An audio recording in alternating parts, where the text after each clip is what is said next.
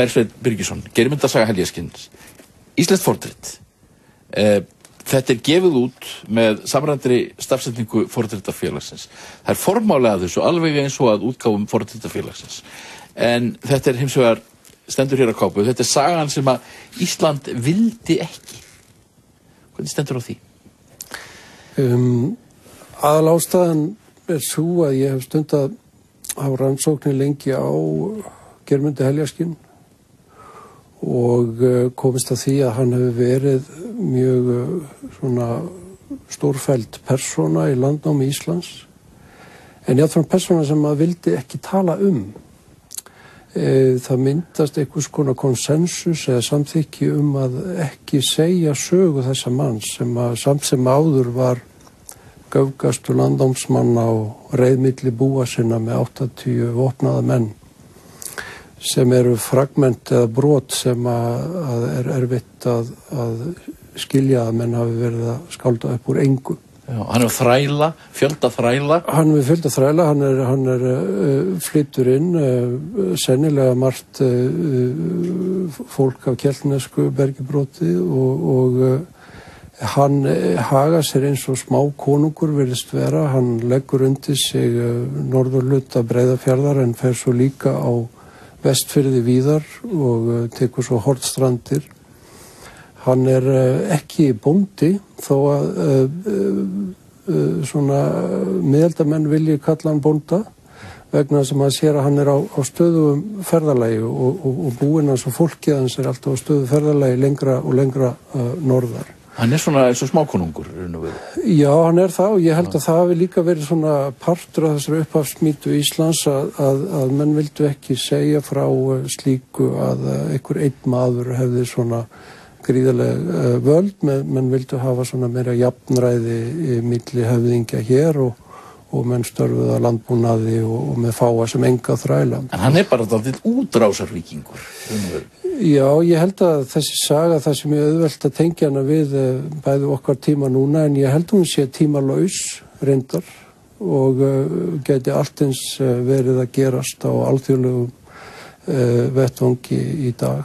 Sko, en við komum að bókinni sjálfri, þá er þetta sett upp þannig að þarna er Íslendingasaga, glötuð, sem kemur í leitit, en hún er skrifuð upprunalega af Brandi Príor, svo er hún skrifuð upp af Magnúsi á 1400 og svo kemur þarna á 20. maður sem heitir Sveinn Kjerúlf, mjög sérkennilegur, og síðan kemur þú þannig í rauninni, þetta eru 4 stig þangað til að bókin er komin hingað út í þessu formi, en hún er náttúrulega eftir sjálfa þig. Þú ert þessi menn. Já, ég er allir þessi menn og það var lengi að brjótast mig hvernig ég gæti komið þessu frá mér og að lokum þá hugsaði ég mér sem svo að hér langaði mig ekki að vera hálfvolgur gagnvart forminu Íslendingasaga. Mér langaði að fara alla leið og það er ekki hægt að aðskilja tungumálið og bókmenntagreinina.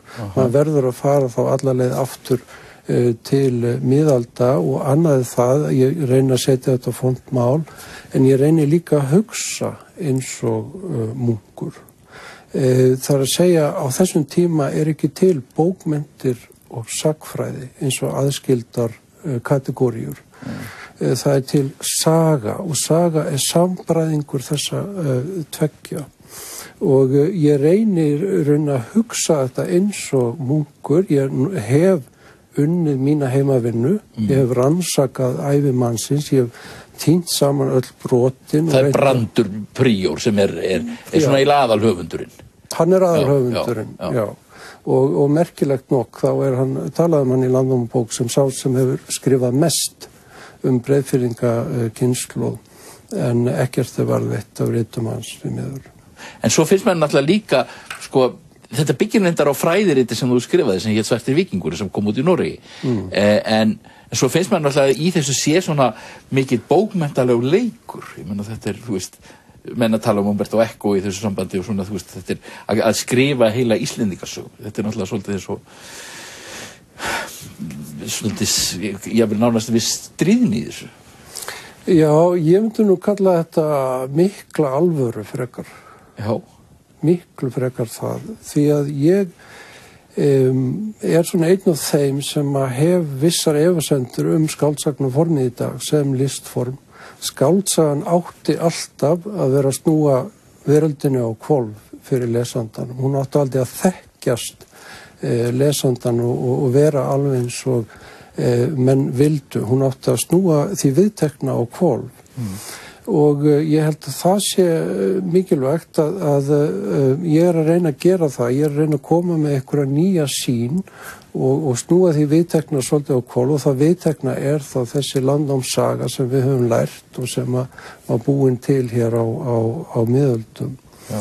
Og mér finnst þetta form, saga, það hefur nú í fyrsta lagi lifað í 800 ár.